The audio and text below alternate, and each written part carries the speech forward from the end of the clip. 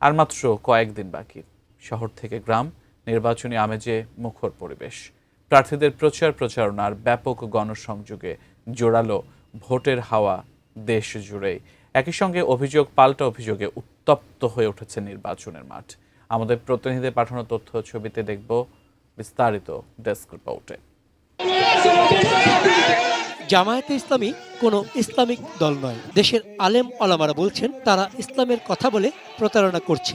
বুধবার দুপুরে ঠাকুরগাঁও ১ আসনের নির্বাচনী পথসভায় এমনই মন্তব্য করলেন বিএনপি মহাসচিব মির্জা ফখরুল ইসলাম আলমগীর। চরমোনাইর মৌলানা পীর সাহেব তিনি পরিষ্কার করে বলতেছেন জামাতে ইসলাম কোনো ইসলামী দলই না।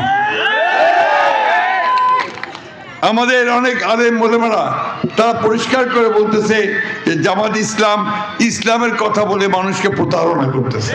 নারায়ণগঞ্জের এক নির্বাচনী জনসভায় জামায়াতে ইসলামের সেক্রেটারি জেনারেল অধ্যাপক মিয়া গোলাম পরোয়ার পাল্টা অভিযোগ করেছেন বিএনপি বঙ্গভবন ও ভারত সমন্বিত কর্মসূচির মাধ্যমে জামায়াতে ইসলামের জনপ্রিয়তা ক্ষুণ্ণ করতে সাইবার আক্রমণ চালাচ্ছে। আমরা মনে করি বিএনপি বঙ্গভবন ইন্ডিয়ার সাথে প্যাকেজ প্রোগ্রাম করে জামায়াত ইসলামের ইমেজ ধ্বংস করার সাইবার অ্যাটাক শুরু হয়েছে। নাটোরে বিএনপির প্রার্থী অ্যাডভোকেট এম রুহুল কুদ্দুস তালুকদার দুলু জামায়াতের আমিরের বক্তব্যের কড়া সমালোচনা করে বলেছেন, নারীর সমান অধিকার সীমিত করার যে কোনো ইঙ্গিতই দেশের নারী সমাজ প্রত্যাখ্যান করবে। বাংলাদেশের নারী সমাজ তাদেরকে প্রত্যাখ্যান করবে বলে আমি মনে করি। কক্সবাজারের চকরিয়ায় সাংবাদিকদের সঙ্গে মতবিনিময় করেন বিএনপি নেতা সালাউদ্দিন আহমদ। এ সময় তিনি বলেন, বিএনপি ক্ষমতায় গেলে সাংবাদিক ও গণমাধ্যমের পূর্ণাঙ্গ স্বাধীনতা নিশ্চিত করা হবে।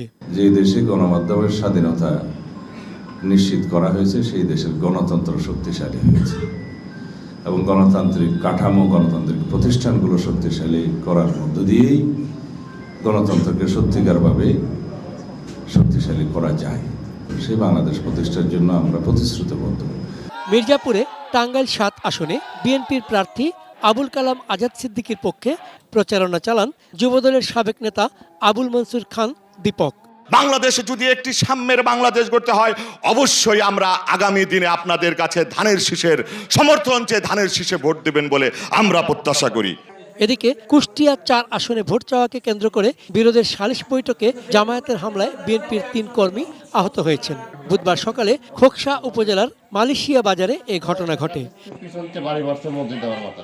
আর নওগাঁ সদর উপজেলায় নির্বাচনী সংঘর্ষের ঘটনায় বিএনপির বিরুদ্ধে আনা অভিযোগের প্রতিবাদে সংবাদ সম্মেলন করেছে জেলা বিএনপি। জামাতে ইসলামের যে প্রার্থী উনি যে মিথ্যাচার করেছে। চন্দন পাল, ডেস্ক রিপোর্ট, এটিএন নিউজ।